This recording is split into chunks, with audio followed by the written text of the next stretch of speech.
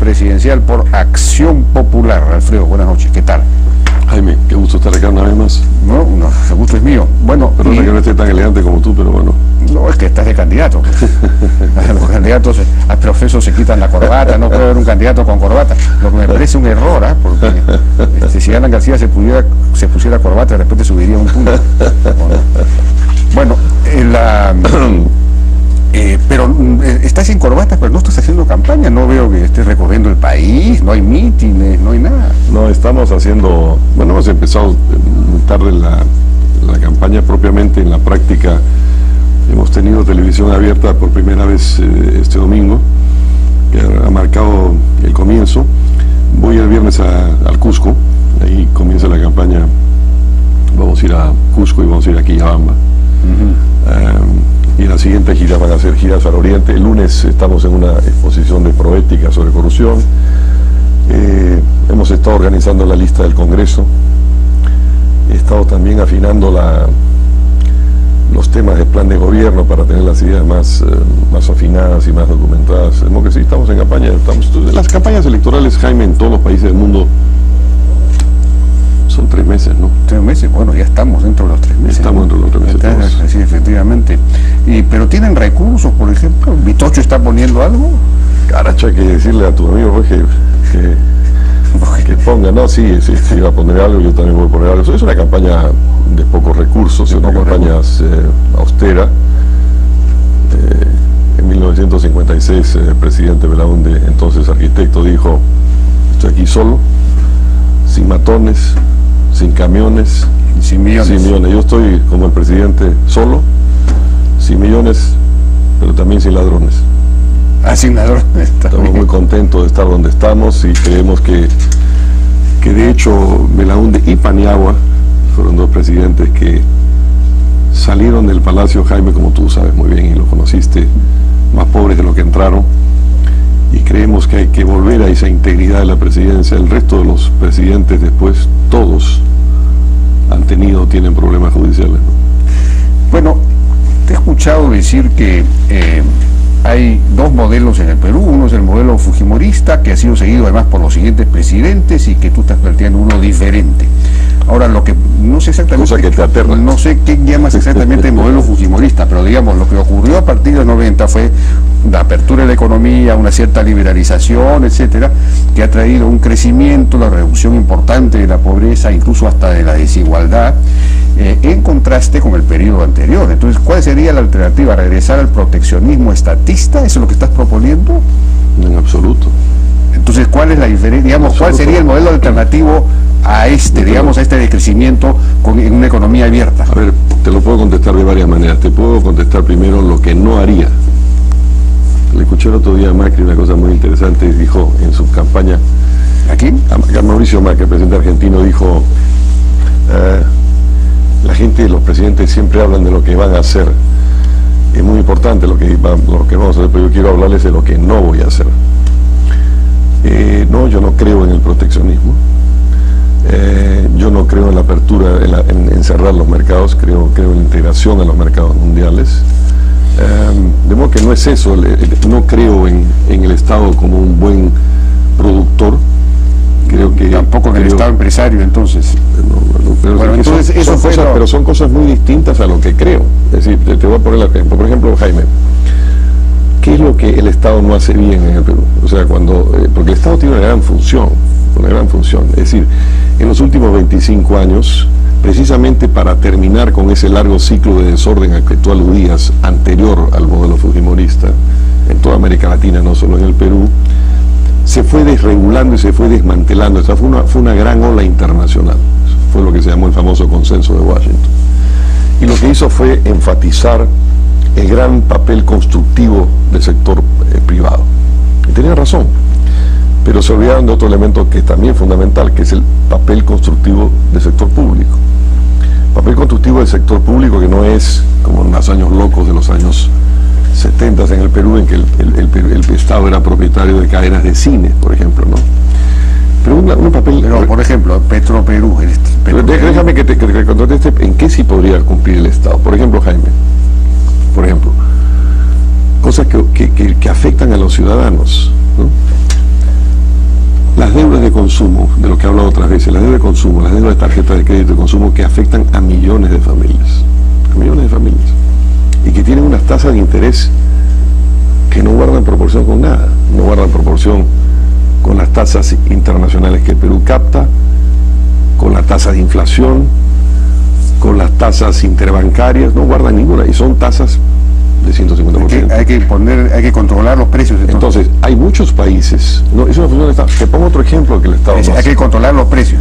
No quiero caer en tu pregunta, porque es una... no es lo que estás diciendo. No, Jaime. ¿Qué cosa hay que hacer con las tasas de interés? Entonces te repregunto, ¿te parece aceptable que un ciudadano pague 150%? Yo no sé si es aceptable o no. Para mí no es aceptable. Bueno, pero entonces vas a controlar los precios. Si hay que ponerle, por supuesto, si hay que poner, hay muchas maneras. El otro día... Pero eso es regresar al modelo anterior, es decir, el control de precios. Sí, entonces el modelo de ahora, el modelo bueno, el modelo que tú defiendes, el modelo que sí funciona es el de 150%. No hay ninguna tasa 150%, eso es una falacia. Falacia. Eso es una falacia. Vamos a ver, ¿cuál es la tasa? La tasa no pasa de 80, 90. ¿Te parece 90? ¿Te parece 90? No, me parece muy mal. Ya. Pero ¿cómo se compite? Eso tiene que ver con el desarrollo del mercado. Sí. Con mayor competencia. Hay muchas maneras. El mercado todavía es pequeño. Pero en fin, si tú vas a poner límites, lo que va a pasar es que no va a haber crédito. Es decir, todo control de precios genera escasez. Venezuela.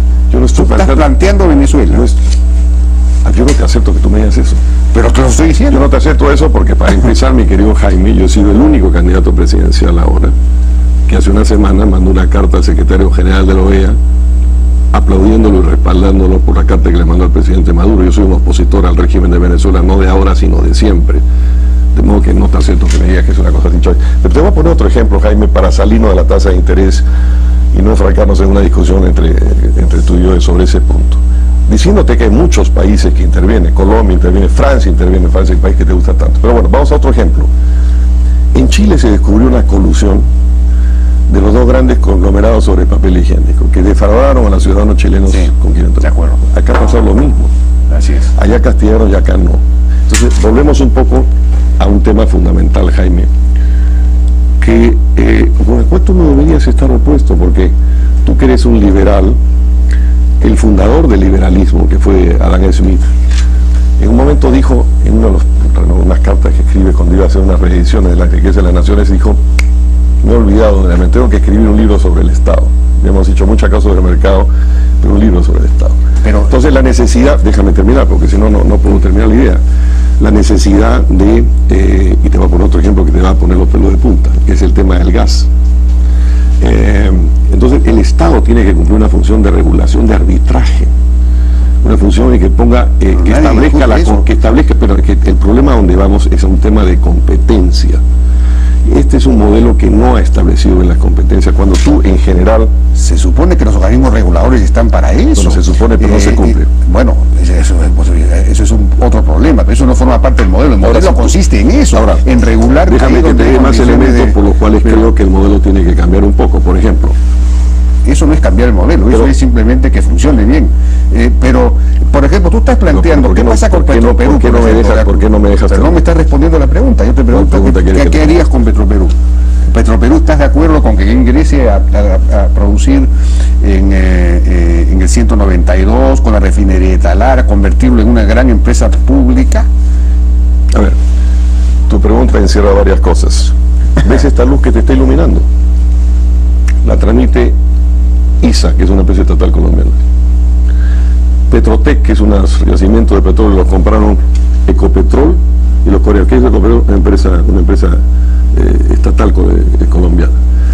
En el gran modelo, déjame terminar, pero Jaime, porque si no, esta es una intervención que te he visto yo a ti, que lo hago con mucho gusto, pero si me entrevistas tú a mí, déjame terminar la pregunta.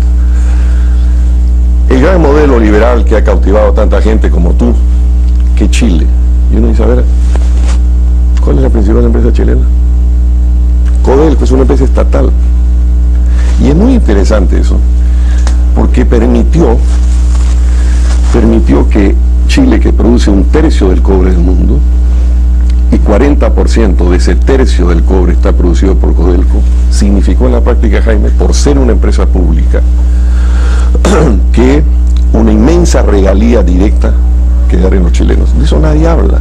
Como no te hablan de ISA, como no te hablan de Ecopetrol. Ahora, déjame terminar. Sin embargo, para dejarte tranquilo, Yo te diría que yo quiero el mayor sector privado que sea posible y el menor Estado que sea necesario. Pero cuando tú analizas y dices, bueno, vamos a hacer el diagnóstico como lo hemos hecho y como lo estamos haciendo, como lo hago yo en particular también, del diagnóstico del crecimiento peruano y de cómo va a ser, ahora que nos hemos, iba a decir farreado, no sé si es la palabra exacta, pero hemos pasado ya el superciclo que tuvimos y que no se va a repetir. Un superciclo que hizo crecer al Perú a tasas de 7 o 6%, que todos los gobiernos que estuvieron ahí de Toledo y García se los atribuyen ellos, pero que en realidad los que saben de economía saben que fue causado, si no exclusivamente, casi exclusivamente por la locomotora china. Cuando ahora esa locomotora cae, cuando ya no crece a 10, que hizo crecer a Sudamérica a 6, ya no se crece ni siquiera a 7. China están haciendo anuncios de 6 y pico, y además nadie sabe si es verdad, porque vaya a saber si las cifras chinas son verdad. Cuando uno ve y estudia las tasas de consumo de electricidad no coinciden con ese tasa del mundo, uno dice, bueno, ¿de dónde va a salir la locomotora para el crecimiento? Entonces tiene que salir mucho más inversión pública en infraestructura. Yo creo que hay una mayor expansión en ese sector, me parece fundamental, y más en consumo, y tiene que ver un poco eso con una de las propuestas que he hecho, Jaime. Yo quisiera producir como presidente del Perú. Yo creo, tenemos que cortarlo. Termina esta idea, por si quieres, después, yo me puedo acordar. Ya, ¿te puedes acordar? Sí, claro. No, que yo no termina eso porque tengo Creo que nosotros, Jaime, yo lo que estoy planteando son, yo creo que nosotros necesitamos 2 nuevos pactos en el Perú. El Perú como está organizado no funciona. Ah, bueno, ese es un largo. No está largo. Vamos a una pausa. Bueno, si quieres.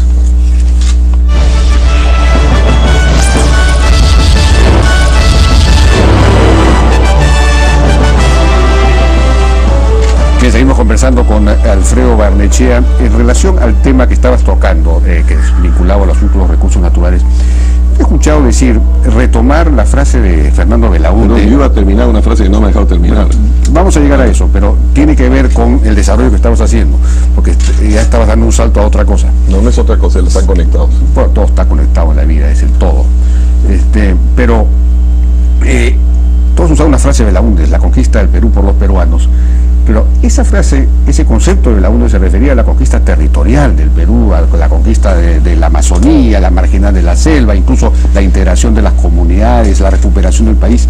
Pero tú lo estás usando en el sentido de recuperar los recursos naturales, que es una frase, digamos, es un concepto más bien de orden, que te puedo decir, chavista, por decirlo de alguna manera. Entonces estás hablando de renegociar los contratos de gas, que es la propuesta de Verónica Mendoza. ¿Para qué renegociar los contratos de gas? ¿Cuál es la idea? Y también el asunto de las mineras, hay que renegociar los contratos mineros, has dicho. Jaime, primero estás usando frases que yo nunca he usado. Yo te voy a mandar mis intervenciones para que las tengas. Sería un gran placer que un hombre tan inteligente... Te he escuchado varias veces decir... Escúchame con atención lo siguiente. ¿De qué quieres hablar? ¿Quieres hablar del gas? No, ¿por qué la reconquista del Perú hablamos del gas? Se refiere al gas, al tema de recuperar los recursos naturales? ¿Qué significa eso? Lo explico de manera muy sencilla si tú me escuchas con atención. Claro. En 2015, el Perú exportó gas. Las empresas, ¿tú sabes cuánto recibimos de regalías del 2015 por el gas? No sé. Es que deberías saberlo. 33 millones de dólares. 33 millones de dólares que en porcentajes, dice, le estamos pagando 30%. 30% sobre qué valor, sobre los valores que esas empresas, que son lo que en inglés se llaman los off-takers, que están tomando eso, consideran que el valor que se ha exportado son 99 millones de dólares. ¿Tú sabes cuánto se exportó de gas el año pasado? ¿El 2015 se exportaba? No sé. Te voy a dar una cifra que tú no vas a entender porque no eres un especialista en gas, pero yo he estudiado el tema. 188 tera-BTU se llama, que son 188 millones de BTUs. Nadie sabe en el gas, y lo hemos hablado muchas veces en este programa, cuánto vale el gas, pero si uno usa una referencia que es el precio que vale en lo que es el precio más bien mundial de referencia del gas, eso que dicen que vale 99 estaría valiendo probablemente 800 millones de dólares. Pero te voy a dar otra cifra más para que entiendas por qué estoy planteando las cosas y por qué tengo razón. ¿Pero qué estás planteando? Déjame terminar la cifra, porque si no ves la cifra no vas a entender el problema. Lo que se ha exportado en barcos, Jaime, si tú lo conviertes, porque en energía tú puedes cambiar todas las unidades y compararlas, corresponden a 55.000 gigabytes de electricidad. Y nosotros consumimos en el Perú al año 40.000. Has exportado en gas 1.4 de lo que tienes de electricidad. Lo que los peruanos pagamos por esa electricidad son casi 2.000 millones de dólares, y tú estás exportando 1.4. Y tú has recibido por todo eso 33 millones. Voy a renegociar los contratos de gas, así no te gusten. Pero eso tiene que ver con los precios fijados para México. No sé, lo interesante es que qué buena tu pregunta. Tendrías que renegociar el contrato con México. México, tiene que ver con otra cosa, Jaime. Se ha estado destinando las exportaciones de gas, iban bastante más al Asia, porque en el Asia los precios por millones de BTU serán mucho más. Y el último se ha redireccionado a México, porque México está comprando, entre otras cosas, para una planta de etileno siglo XXI, y está pagando más que el Henry Hub. Vamos a hacer una auditoría de eso. De modo que no se trata, déjame terminar, no se trata de una posición chavista. Yo no planteo expropiar nada. Yo no planteo desconocer contratos. Yo creo renegociar los contratos para que primero nosotros podamos supervisar los precios de referencia. Es un mecanismo del cual tú dices, bueno, mi destino es este, mi marcador es este, te toca esta realidad. Es el Henry Hub, pues, que es muy bajo. No hay ningún Henry Hub, Jaime. No guarda relación con Henry, te lo acabo de explicar. ¿Pero con qué guarda relación entonces? Con los precios de marcación, en el caso de México, pero te estoy diciendo que todo ese valor... Tienes que renegociar con México. No es México lo que hay que renegociar. Mira, todo este valor que está exportándose el gas, no importa con quién hay que renegociar, Jaime, finalmente. Pero hay que estoy dando, sin duda ninguna. Pero además te voy a dar un ejemplo, Jaime, por el cual se puede hacer, no me mires con esa cara de sentido, te voy a decir por qué. Porque el contrato de Camisea ya se renegoció. Claro, pues. Se firmó con todo y se renegoció con así es, pues no vamos a volver a renegociar. Por supuesto, para defender los intereses del Perú. Esa es la conquista del Perú por los peruanos. Pero la conquista del Perú por nosotros no tiene nada que ver con eso. Para mí sí. No, para mí sí. Lo que han leído a Belaúnde, entre otras cosas, porque de esta manera... Era una conquista territorial. También la recuperación del petróleo fue una cosa muy importante en las propuestas de Belaúnde, y tú te has olvidado de eso. No, pero fíjate una cosa. A eso no se refería con la conquista del Perú, pero bueno, estás tergiversando la frase. Bueno, pero no importa. Déjame terminar. La vitalidad del lenguaje. No hay ninguna vitalidad del lenguaje. No hay ninguna vitalidad del lenguaje, porque no tiene razón. Mira, en la conquista del Perú por los peruanos, el libro de 1959, Belaúnde, por ejemplo, planteó una cosa que tú no estás diciendo. Planteó crear una corporación metalúrgica para que el Estado peruano hiciera valor agregado de los metales. De eso terminó la refinería Cajamarquilla, fue un producto de eso. Eso estaba en la conquista. Claro, no, eso sí, pero claro, eran las épocas. En todo caso, más allá de las palabras, Jaime, más allá de las palabras del Estado empresario, pues eran las más allá de las palabras, no puedes tomar una cosa y no la otra. Más allá de las palabras, Jaime, lo que te estoy diciendo sobre el precio del gas es los rangos son tan descomunales que requieren una renegociación. Se hizo para darle a las empresas extranjeras, déjame terminar, en el gobierno de Toledo con Kuczynski de ministro. Bueno, se tiene que ahora renegociar para que los intereses peruanos estén mejor defendidos y que ese dinero sea para los peruanos, sea para esa gran revolución de clases medias que queremos hacer, sea para financiar salud universal, sea para financiar educación pública de calidad. Pero, por ejemplo, Cusco ha tenido y tiene un canon muy fuerte que viene del gas y que, digamos, de alguna manera ha convertido a Cusco en la región que más crece en el Perú, ¿no? Entonces, si son como 500 millones de dólares al año, no recuerdo cuántos es una cantidad bien apreciable. El resto, evidentemente, va en impuesto a la renta al Perú. O sea que el Perú sí se está beneficiando, de todos modos, ¿no? Y sobre todo el gas como tal. Pero, ¿qué vas a hacer con el gas? ¿Va a haber petroquímica? ¿La petroquímica es viable o no es viable en el Perú? Porque con el shale gas y todo lo demás de repente ya no funciona. Son muchas preguntas y falsas premisas en tu pregunta. Mira, primero, falsas premisas. Sí, el shale gas está ahora, como tú sabes, en un gran problema. Está cerrándose muchos de shale gas. La política precisamente de Arabia Saudita, que siempre cuando el petróleo caía reducía su producción y mantenía las cuotas. Arabia Saudita no hizo eso para precisamente bajar el precio del petróleo, es una de las teorías que hay en el mundo internacional, y forzar, ¿qué pasó? Y forzar a los productores llegar a saber, y que muchos han salido del mercado. Te voy a poner un ejemplo muy sencillo, porque si tiene que haber petroquímica, porque tenemos que hacer una transformación del etano, y que tiene que también que ver con... No, la cuestión es si es viable. No, absolutamente viable. Económicamente hablando. Viable. El equipo técnico que tenemos en energía, que son gente de primerísimo nivel, fíjate, una planta para etileno en dos plantas, una en Matarani y una en Hilo, de 500.000 toneladas año. Tú tendrías ventas en esas dos plantas de 1.000 y pico de millones de dólares, con una inversión de 2,5, de 2.000 y pico millones de dólares. Tenemos una inversión que en 2 años y medio la recupera. ¿Sabes por qué hay que hacerlo? Te voy a decir por qué. porque lo que se ha hecho con los gasoductos surandinos, que yo soy un promotor, yo vine a este programa hace mucho tiempo a promoverlo, cuando no había gas suficiente, ahora hay más gas, nos va a costar a todos los peruanos, con la garantía de red principal, que es el plus en la tarifa eléctrica. ¿Tú sabes cuánto por año? 970 millones de dólares por año que todos los peruanos vamos a pagar por el precio de los 7.300 millones de la empresa Odebrecht y Enagas que les dio el gobierno de señor Humala. Para que no paguemos eso... ¿Cuándo es una iniciativa privada? Para que no paguemos eso, por iniciativa privada, que el señor Castilla y el señor Humala no le dieron el pase, ya era una iniciativa privada con muchos mayores números del proyecto original, pero en todo caso la licitación internacional de obra pública es 7.300. Para que no paguemos eso, tenemos que usar ese gas en ese gasoducto, que no que reduzca esa garantía y reduzca ese peso sobre los peruanos. Una de las cosas que se puede hacer ahí es eso. Y déjame terminar otra cosa que también tiene que ver con el gas. Están exportando el etano. El etano es un porcentaje del gas, pero que tiene mucho más valor calorífico, por tanto vale más. Lo están exportando como gas. Una pregunta ya para terminar, porque tenemos que hace tiempo que haber terminado en realidad. Esta idea de un chip en el DNI para ubicar, para formalizar, ¿entendí? ¿Cómo es la idea? A ver si la puedes explicar rápidamente. Es muy sencillo, Jaime. Porque esa sí es una idea distinta y no tiene que ver con lo que... A ver, es lo siguiente. Esencialmente se trata de lo siguiente. Yo te quería tener una idea, me dijiste eso es otra cosa y todo tiene que ver con el todo, te pusiste filosófico e hinduista. Se necesitan dos nuevos pactos en el Perú. Un nuevo pacto del Perú con las industrias extractivas y un nuevo pacto entre el Estado y los ciudadanos. Nosotros vamos a hacer 1 millón de viviendas, vamos a entregar y a subsidiar los medicamentos a las enfermedades comunes básicas. Entonces, para que los ciudadanos puedan recibir esos bienes universales, también tiene que pagar algo. El Estado cumple, pero el ciudadano tiene que empezar a cumplir. Y a mí parece que para reducir la gran informalidad, tú vas al INEGI y la informalidad es solamente 20-23%, pero es mucho más. El Foro Económico Mundial ha dicho que es 54-55%. Oiga, usted va a pagar un impuesto plano. Tiene que formalizarse, tiene que pagar un impuesto plano. 2% del salario mínimo. 2% del salario mínimo, Jaime, permite que incluso la gente que esté en pobreza extrema, que se estipula internacionalmente hace mucho tiempo, tú sabes, de menos de $1 día, pueda pagar también eso y con eso recibirá sus medicamentos y tendrá los beneficios universales. Con eso vamos a formalizar.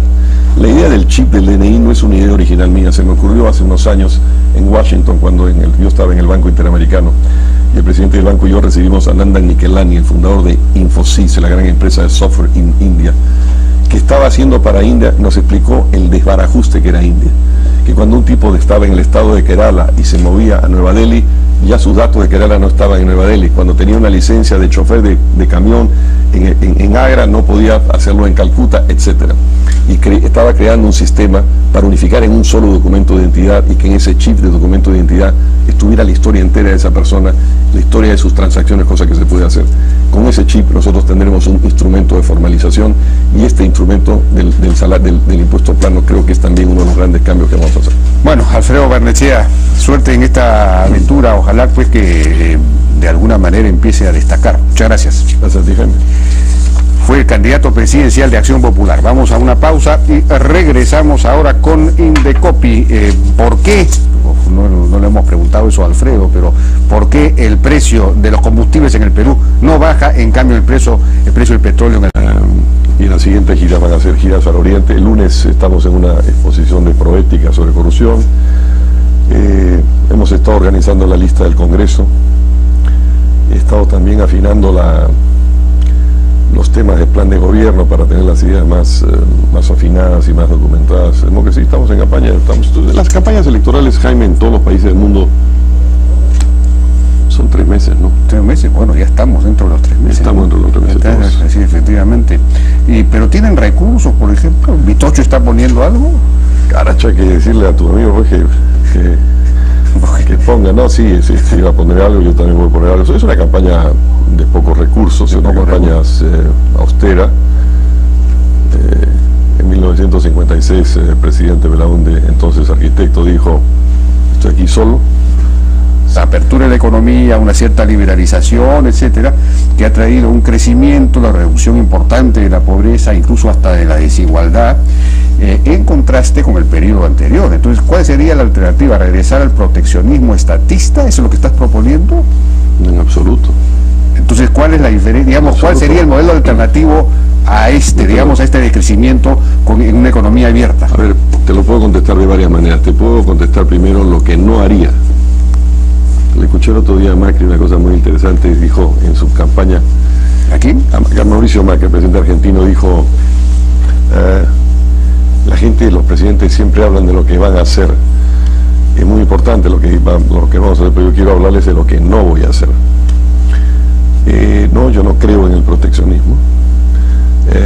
Yo no creo en la apertura, en cerrar los mercados, creo en la integración a los mercados mundiales.